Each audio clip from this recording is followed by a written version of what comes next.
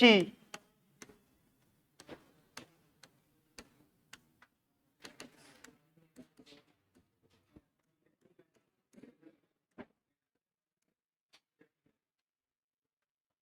চলো কয়েকটা ভাষার খেলা আছে, বুঝবি এখানে।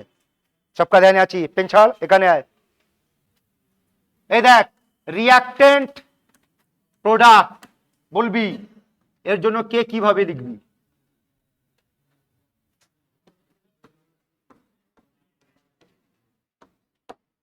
বলতো, রেডি হবে তো? কথা বল। আচ্ছা এবার বল, যদি বিক্রিয়াতে প্রোডাক্ট বেশি তৈরি হচ্ছে, তাহলে কে এর মান বেশি পাবি না কম পাবি? সিম্পল ম্যাথমেটিক্স ইউজ কর না, বেশি পাবি। আর যদি প্রোডাক্ট কম আছে আর রিয়াক্টেন্ট বেশি আছে, তাহলে কম হবে। বুঝতে পারছিস? ঠিক। আচ্ছা এবার আবার জিজ্ঞেস করছি, বল রিয়াক্টেন্ট প্রোডাক্ট রিয়াকশন কোন দিকে যাবে? দুদিক থেকে স্টাডি করতে পারিস? কথা বল না। এবার ভাষার খেলা শোন, বল আমি যদি বলি প্রোডাক্ট বেশি স্টেবল, তার মানে রিয়াকশন কোন দিকে পালাচ্ছে বলো? ধর প্রোডাক্ট বেশি স্টেবল, তাহলে রিয়াকশন কোন দিকে পালাচ্ছে? ফরওয়ার্ড। আর যদি ফরওয়ার্ডের দিকে পালাচ্ছে, প্রোডাক্ট বেশি স্টেবল, তাহলে বল কে এর মান বেশি হবে না কম হবে? তার মানে এই লাইনটা ধরতে পারছিস কিনা বলবি? K directly proportional to stability of product. বুঝো তো? প্রোডাক্ট যত বেশি হবে, তার মানে পি এর মান তত বেশি হবে। আর পি এর মান যত বেশি হবে, কে এর মান বল বেশি হবে না কম হবে? বেশি হবে। তো উল্টো লাইন তৈরি কর, বল কি হবে? কে ইনভার্সলি প্রপোর্শনাল টু কার? স্টেবিলিটি অফ হুম বেটা? রিঅ্যাক্টেন্ট। নেক্সট লাইনটা বোঝার চেষ্টা করবি, দেখ এই লাইনটা বোঝার চেষ্টা কর। K proportional to extent of reaction, এই লাইনটা বোঝো। কে এর মান যত বেশি হবে, একটা রিভার্সিবল রিঅ্যাকশন ধরে নে এখানে শুরু হচ্ছে, বল শেষ কোথায় হবে? এই দিকে যাচ্ছে, বল শেষ কোথায় হবে? শেষ হবে না। মনে আছে আমরা পড়েছিলাম না? ধরে নে, হাইপোথেটিক্যালি ধরে নে this is the end point. তো একটা রিভার্সিবল রিঅ্যাকশন কি হবে? এই অবধি গিয়ে তারপর কি হবে? আবার ফেরত চলে আসবে। অথবা এটা হতে এখান থেকে এই অবধি গিয়ে তারপর ফেরত চলে আসবে। অথবা এই হতে পারে এখান থেকে এই অবধি গিয়ে তারপর ফেরত চলে আসবে, এই অবধি যাবে না। ঠিক আছে? এবার কে যত আগে গিয়ে তারপর ফেরত আসবে, তার মানে কে এর এই লাইনটা বোঝো, তার মানে কে এর মান তত বেশি হবে। যে বিক্রিয়ার মধ্যে কে এর মান যত বেশি হবে, সেই রিয়াকশন এক্সটেন্ট অনেক বেশি হবে, তার মানে অনেক আগে অবধি গিয়ে তারপর ওখান থেকে ফেরত আসবে। এই লাইনটা বুঝতে পারছিস? দেখ লজিক সিম্পল আছে, বল আবার বল। কে এর মান যদি বেশি হয়, তাহলে কোনটা বেশি স্টেবল হবে, প্রোডাক্ট না রিয়াক্টেন্ট? প্রোডাক্ট কোন দিকে পাবি? ফরওয়ার্ডে, তো ফরওয়ার্ডের দিকে পালাবে। কে এর মান বেশি হওয়ার মানে রিয়াকশন ফরওয়ার্ডের দিকে পালাচ্ছে, কে এর মান কম হওয়ার মানে রিয়াকশন ব্যাকওয়ার্ডের দিকে পালাচ্ছে। বুঝতে পারছিস? এবার এই লাইনটা আরো ইন্টারেস্টিং আছে, ভালোভাবে দেখবি কি বলা হচ্ছে। If reaction is reversed, K get inversed. এই লাইনটা বোঝো। রিয়াকশনকে যদি আমরা উল্টো করে দিই, কে কি হয়ে যাবে? কেউ উল্টো হয়ে যাবে। মানে যেমন এই এক্সাম্পলটা দেখো, H2 plus I2 reversible 2HI, আর এর ইকুইলিব্রিয়াম কনস্ট্যান্টটাকে কে মেনে নিলাম। এবার যদি রিয়াকশনটাকে এইভাবে লেখা হয় 2HI reversible H2 plus I2, তাহলে বল কি হবে? এবার 1/k হবে। বুঝতে পারছিস? কে কে যদি রিয়াকশনকে যদি উল্টো করবি, কেটাও উল্টো হবে। বুঝেছিস? নেক্সট লাইনটা শোনো, বোঝো। If any number is multiplied to the equation, then that number becomes power of k। এই লাইনটা বোঝো কি বলছে। যদি ইকুয়েশনের সঙ্গে কোনো একটা নাম্বারকে আমরা গুণ করব, তাহলে সেই নাম্বারটা কি হয়ে যাবে বেটা? বল কার পাওয়ার? তাহলে আমি একটা ইকুয়েশন লিখছি, পর ইকুয়েশনের মান তোরা বলবি। ধরে নে ইকুয়েশন আছে n2 plus 3s2 reversible 2ns3। তো বল এর জন্য তোরা কি বলবি? হাফ n2 3/2s2 রিভার্সিবল, আর এর ইকুইলিব্রিয়াম কনস্ট্যান্ট কে ধরে নে। তো বল, আর এটা ns3, তো বল এর ইকুইলিব্রিয়াম কনস্ট্যান্ট কি হবে? রুট কে হবে। তো কেন হবে রুট কে বল? আমরা কি নাম্বার দিয়ে গুণ করেছি? হাফ। তাহলে ওই হাফ নাম্বারটা কি হয়ে যাবে? ওর পাওয়ার হয়ে যাবে। বুঝতে পারছিস? পরের লাইনটা বল, তাহলে বুঝবো যে তোরা পুরোটা বুঝেছিস। পরের লাইন বলবি। হ্যাঁ বেটা বল, এর জন্য কে কি লিখবি? 4ns3 reversible 2n2 plus 6s2। বল এর জন্য কে কি লিখবি? 1/k²। কেন 1/k²? এখানে দুটো খেলা একসঙ্গে হচ্ছে, রিয়াকশনকে আমরা উল্টো করেছি, সেই জন্য কি হয়ে যাবে? 1/k। আর কি নাম্বার দিয়ে গুণ করেছি? তো 2 পাওয়ার হয়ে যাবে 1/k²। বুঝেছিস? পরের লাইনটা দেখ কি বলছে। If reactions are added k get multiplied। এর এক্সাম্পল বোঝ। এখানে দেখ, ধরে নে S3PO4 ভেঙে দিচ্ছে H প্লাস আর H2PO4 মাইনাস, আর এই স্টেপের ইকুইলিব্রিয়াম কনস্ট্যান্ট K1 মেনে নে। পরের স্টেপে H2PO4 মাইনাস ভাঙছে, ভেঙে দিচ্ছে H প্লাস আর HPO4 2 মাইনাস, এর ইকুইলিব্রিয়াম কনস্ট্যান্ট K2 ধরে নে। পরের স্টেপে HPO4 2 মাইনাস ভেঙে দিচ্ছে H প্লাস আর PO4 3 মাইনাস, আর এর ইকুইলিব্রিয়াম কনস্ট্যান্ট K3 মেনে নে। তিনটে ইকুয়েশনকে অ্যাড কর, বল কি পাচ্ছিস? H3PO4 আর কি পাবি বল? তিনটে H প্লাস আর PO4 3 মাইনাস, আর এর ইকুইলিব্রিয়াম কনস্ট্যান্ট মেনে নে K। তো বলতো এই K এর সঙ্গে বাকিদের রিলেশন কি বলবি? K = K1 into K2 into K3। ইকুয়েশনকে যখন অ্যাড করবি K মাল্টিপ্লাই হবে। এই লাইনটা বুঝেছিস? Next, for same reaction K depends only and only and only and only and only and only and only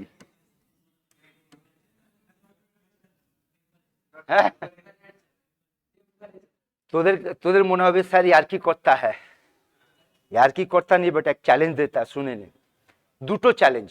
প্রথম চ্যালেঞ্জ কে দিচ্ছে, কি বলছে? কে কারোর উপর ডিপেন্ড করবে না।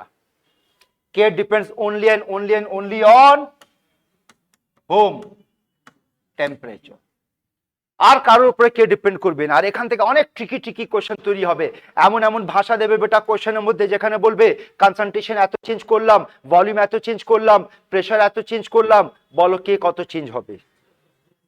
কে ততক্ষণ চেঞ্জ হবে না যতক্ষণ টেম্পারেচার চেঞ্জ হবে না। ঠিক? আর চ্যালেঞ্জ শুনে নে কি আছে। এত জোর করে বললাম, বোঝালাম, এই চ্যাপ্টারের মধ্যে আগে গিয়ে তোদের সামনে কয়েকটা এমন সিচুয়েশন ক্রিয়েট করে দেব, যেখানে তোদেরকে জিজ্ঞেস করব, বল বেটা কে কতটা চেঞ্জ হয়েছে, আর তোরা বলবি হ্যাঁ স্যার কে এতটা চেঞ্জ হয়েছে। তারপর বলবি যা আমরা তো ভুল করে ফেলেছি। এইটাই চ্যালেঞ্জ দিচ্ছি যে তোরা এই ভুলটা করবি, করে নে, কোনো অসুবিধা নেই। পরীক্ষাতেই ভুলটা যেন না হোক, ক্লাসে হবে হবে, মাথায় সেট করে নে। K depends only and only and only on temperature. ঠিক? কে কেউ চেঞ্জ করতে পারে না। আর কিভাবে টেম্পারেচার উপর ডিপেন্ড করে, তার জন্য একটা ইকুয়েশন আছে, সেই ইকুয়েশনকে বলা হয় ব্যান্থফ ইকুয়েশন। আর ইকুয়েশনটা কি বলছে? যখন টেম্পারেচার T1 তখন rate constant K1, sorry equilibrium constant K1, টেম্পারেচারকে বাড়িয়ে T2 করলাম, ইকুইলিব্রিয়াম কনস্ট্যান্ট চেঞ্জ হয়ে K2 হয়েছে। তো রিলেশন বলছে এইটা, log K2/K1 equals to delta H/2.303 R 1/T1 minus 1/T2। এই হচ্ছে ইকুয়েশন। ঠিক আছে? এবার শোন, এখান থেকে দুটো খেলা পাবি, দুটো কোশ্চেন পাবি। একটা T1 T2 K1 K2 দিয়ে দেবে, আর এনথালপি বার করতে বলবে, সোজা খেলা, ফর্মুলাতে বসো, সলভ করো। ঠিক। আর একটা কি হবে, T1 T2 K1 K2 দিয়ে দেবে আর জিজ্ঞেস করবে বলো এক্সো না এন্ডো। এবার কি করবি বল? নিয়ম তো এটাই বলছে যে আমরা আবার এনথালপি বার করবো, এনথালপি যদি নেগেটিভ হয় এক্সো, এনথালপি যদি পজিটিভ হয় এন্ডো। ক্লিয়ার? তবু একটা ওর মধ্যে ট্রিক আছে, এই ট্রিকটা ফলো করবি। এই দেখ, যদি দেখবি টেম্পারেচার আর কে ডাইরেক্টলি ভ্যারি করছে তখন বলবি এন্ডো। আর যদি এমন কিছু পাবি যে টেম্পারেচার আর কে ইনভার্সলি ভ্যারি করছে তখন কি বলবি? এক্সো। আগে ক্যারেক্টারিস্টিক নোট করো, তারপর এর উপরে কিছু কোশ্চেন আমরা ডিসকাস করব। বল বেটা।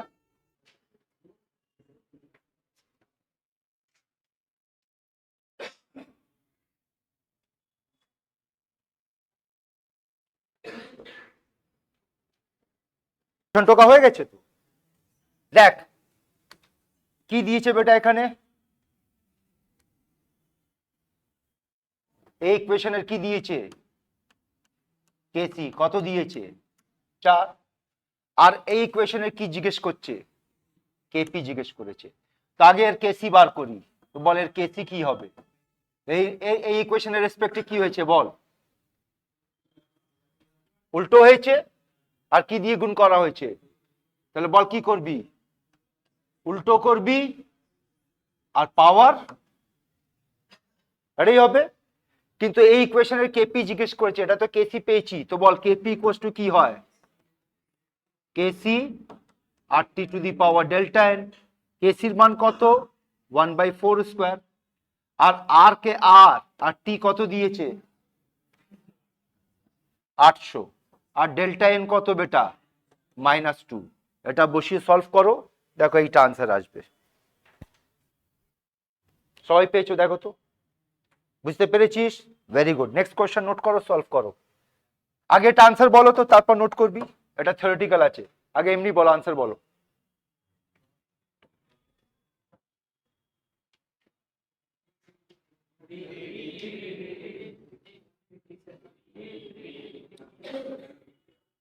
এটাই তো।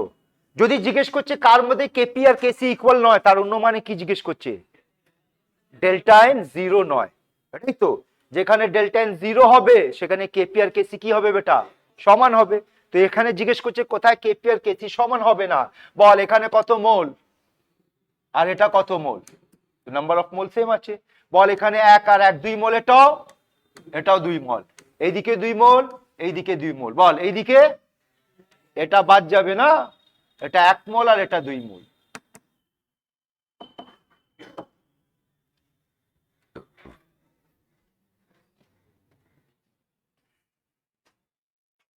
এই কোশ্চেনটা আমি নোট করার সময় দেবো, আগে আগে সলভ করো তো দেখি। কোশ্চেন পড়ে বল কোথাকার খেলা আছে এটা।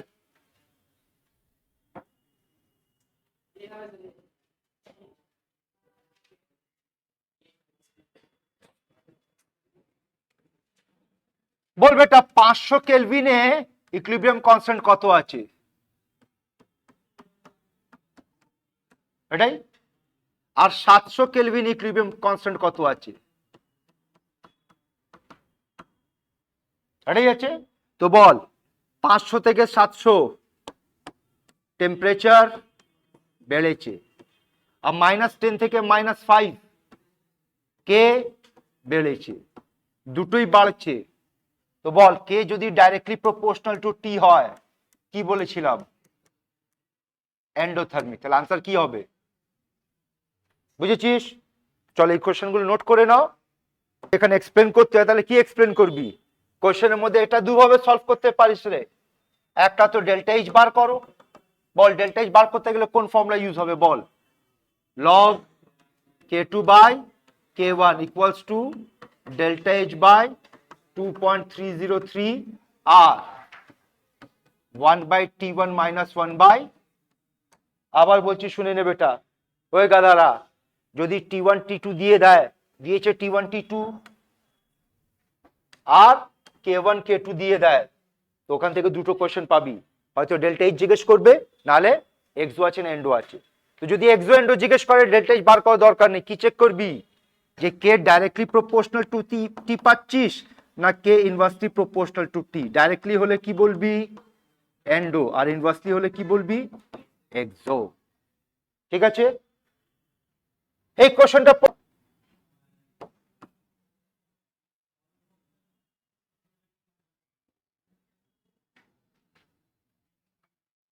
বল বেটা বল।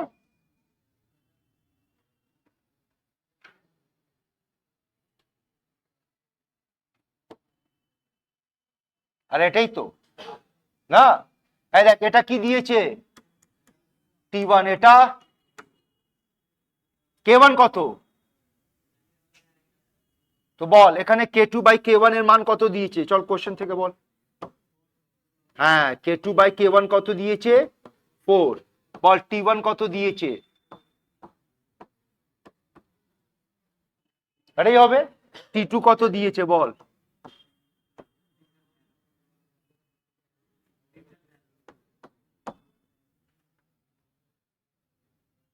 তিনশো তেরো হচ্ছে না।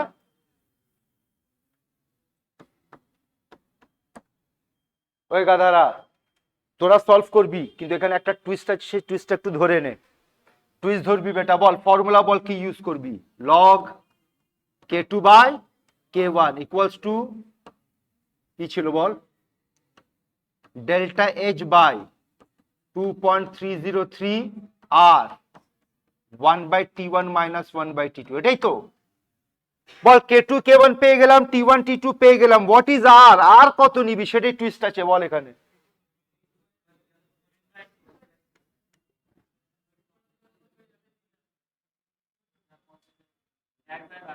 (8.314) নিবি তাহলে জুলে আসবে, আর ইন্টু 10⁻³ করে দিবি তাহলে এটা কিলো জুল হয়ে যাবে। আর এর মানে এটা বসাবি, ঠিক দাঁড়াও। আচ্ছা বল যখন নিউমেরিক্যাল সলভ করতে যাবি তখন এই মানটা নেওয়ার সুবিধে হবে না 25/3 নিবি, তো 25/3 নিয়ে কাজ কর, ক্যালকুলেশন সোজা হয়ে যাবে, বুঝেছিস। আর এর মান দিয়েছি K2/K1 T2/T3 দিয়েছি, বাকি তোদের ক্যালকুলেশন করে দেখা। কোশ্চেন নোট করো, সলভ করো, আনসার দাও। চল মানগুলো বসা, বল লগ K2/K1 কত রে 0.6 ইন্টু 2.3 ইন্টু আর কত 25/3 ইন্টু 10⁻³ এটা এইদিকে আসবে রে, কথা বল। ইকুয়ালস টু এইদিকে কে থাকছে বল, ডেল্টা H। বল এখানে সলভ করলে কি পাবি, উপরে কত আসছে রে 15, তাহলে এখানে উপরে 15 আর নিচে কত পাচ্ছিস 298 ইন্টু 313 না, তার মানে সেটা কোথায় যাবে বল 313 উপরে 298 উপরে আর নিচে 15, ব্যাস বাকি তোমার ক্যালকুলেশন আছে। সলভ করেছিস, আয় লামসাম ক্যালকুলেশন সলভ করি, দেখ এ বেটা বল আগে 5 দিয়ে কাট, 5 3 5 5, এই দেখ 313 কে রাফলি কত নিতে পারিস,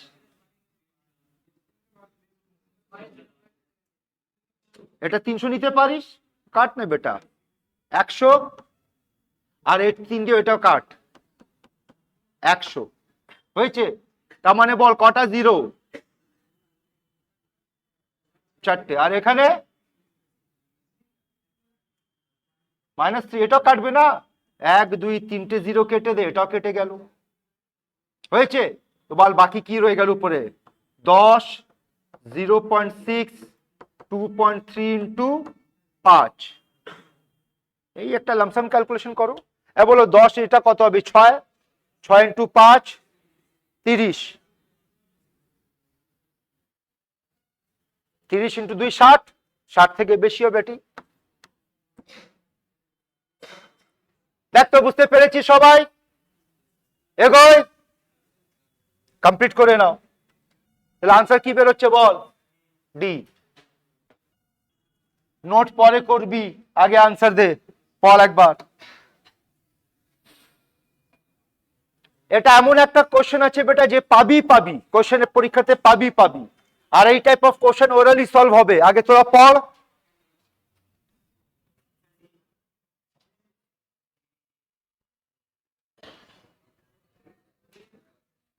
ওরালি সলভ হবে।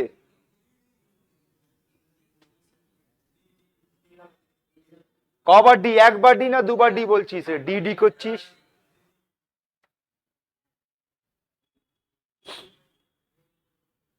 বলো বলো বলো।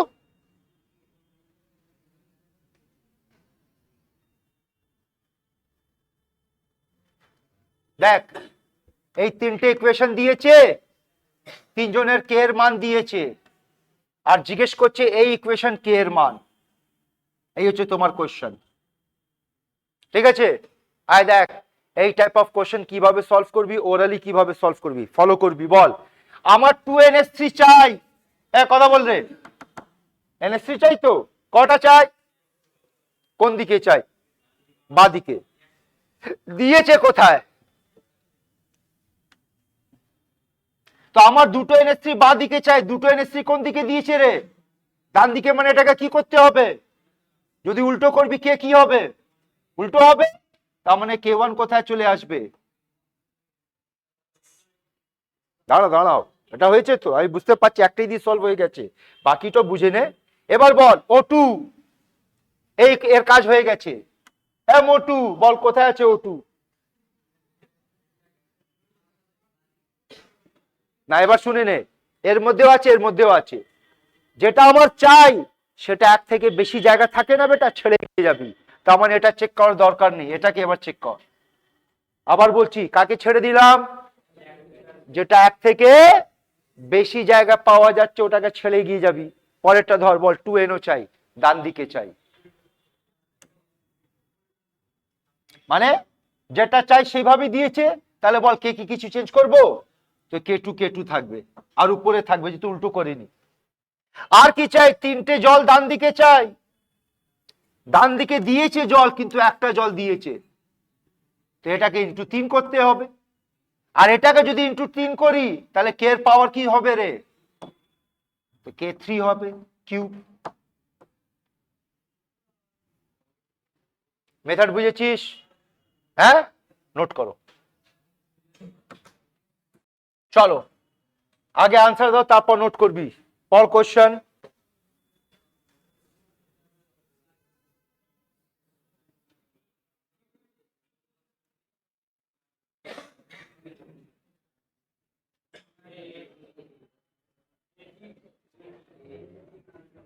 আগে ডিসাইড কর, ডি বলছিস না এ বলছিস, দুটো আছে।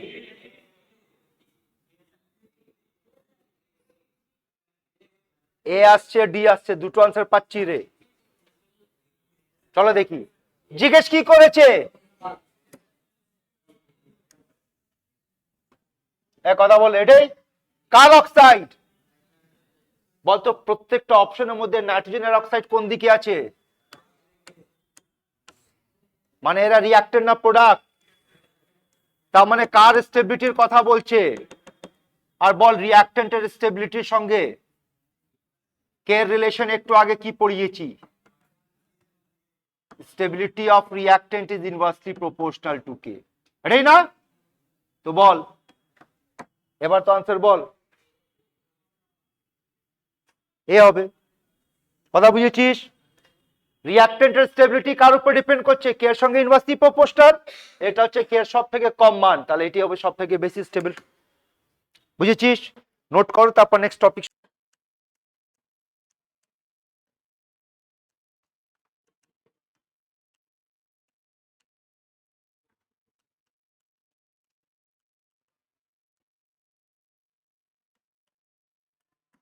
চলে গাদারা, পর কি হেডিং?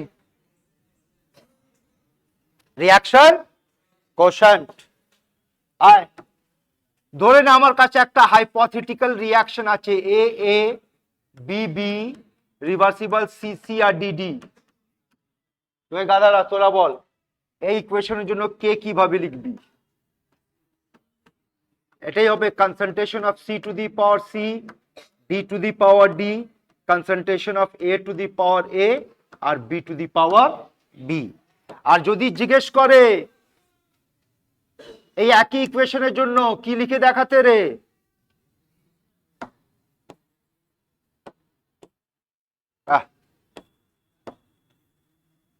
মেলাও। আর এই কনসেপ্টটা বোঝো। কে পড়বি রিয়াকশন কি ইকুইলিব্রিয়াম কনস্ট্যান্ট, আর কিউ কে কি পড়বি রিয়াকশন কোএফিশিয়েন্ট, কিন্তু দুটো লেখার প্যাটার্ন এক আছে, তাহলে পার্থক্য কি ডিফারেন্সটা কি সেটা বুঝবি। এবার তোদের জন্য প্রশ্ন আছে, চিন্তা ভাবনা করে বল, এই যে বিক্রিয়া দেওয়া আছে বল এটা রিভার্সিবল না ইররিভার্সিবল, বল। রিভার্সিবল কি করে ধরেছিস, এটাই না? আচ্ছা আবার জিজ্ঞেস করছি, বল এই রিয়াকশনটা ইকুইলিব্রিয়ামে আছে কি নয়?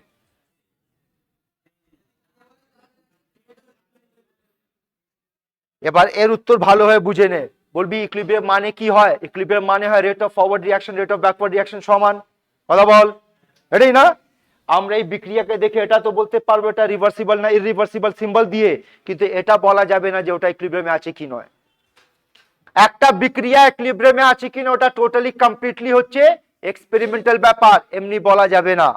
এই এই এই কনসেপ্ট থেকে বোঝ। আবার জিজ্ঞেস করছি, বলবি বেটা বল এই ইকুয়েশন রিভার্সিবল না ইররিভার্সিবল? রিভার্সিবল। আচ্ছা এই ইকুয়েশন ইকুইলিব্রিয়ামে আছে কি নয়? জানি না, উত্তরটা হচ্ছে জানি না। আর জানি না মানে কি কি উত্তর হতে পারে? হতেও পারে নাও হতে পারে, এটাই বেরোচ্ছে না? ব্যাস এই কনসেপ্টটা শোন। ওই গাদারা, যখন তোরা পুরোপুরি জানিস যেটা ইকুইলিব্রিয়ামে আছে তখন এটা লিখবি, তার মানে কে কখন লেখা হবে? At equilibrium. যখন আমরা জানি এটা ইকুইলিব্রিয়ামে আছে, তাহলে কিউ কখন লিখবি? যখন আমরা জানি না। আর যখন আমরা জানি না তার আবার জিজ্ঞেস করছি বেটা, যদি জানি না তার মানে বল ইকুইলিব্রিয়ামে আছে কি নয়? তার মানে এটার ইকুইলিব্রিয়ামে থাকতেও পারে নাও থাকতে পারে। তাহলে এটা আমরা কার জন্য লিখছি? এই দেখ, এটা আমরা লিখছি ফর, ভাষা দেখবি বেটা,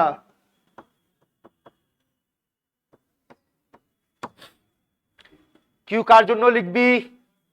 রিভার্সিবল মানে ইকুইলিব্রিয়ামে হতেও পারে নাও হতে পারে, আর এটা কখন লিখবি? At equilibrium. তাহলে নেক্সট কোশ্চেন, বল কিউ আর কে এদের মান সমান হতে পারে? হ্যাঁ, আর সমান হচ্ছে তার মানে কি হচ্ছে বল? হ্যাঁ, কিন্তু যদি সমান নেই তাহলে খেলা বোঝ, কে যদি বেশি কিউ কম, একটু আগে কথাটা বলেছিলাম, বল কে বেশি হওয়ার মানে কোন দিকে পালাচ্ছে? ফরওয়ার্ড, তাহলে রিয়াকশন ফরওয়ার্ডের দিকে পালাবে। আর কিউ যদি বেশি আর কে কম তাহলে রিয়াকশন, আর কিউ আর কে যদি সমান তাহলে ফরওয়ার্ড ব্যাকওয়ার্ড না, ওটা ইকুইলিব্রিয়ামে থাকবে। বুঝেছিস? নোট করো, আর এখান থেকে কোশ্চেন তৈরি হবে। আসছি কোশ্চেনে, কমপ্লিট করো।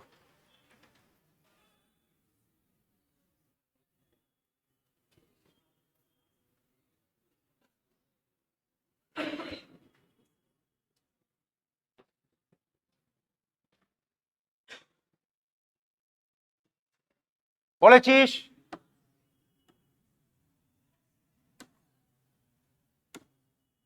বলেছিস বেটা? চল আমার সঙ্গে কথা বল। বল এই বিক্রিয়ার এটা কিসের মান দিয়েছে? কেসিডি। ঠিক, তোরা বল এই বিক্রিয়ার জন্য কিউ আমরা কিভাবে লিখতে পারি?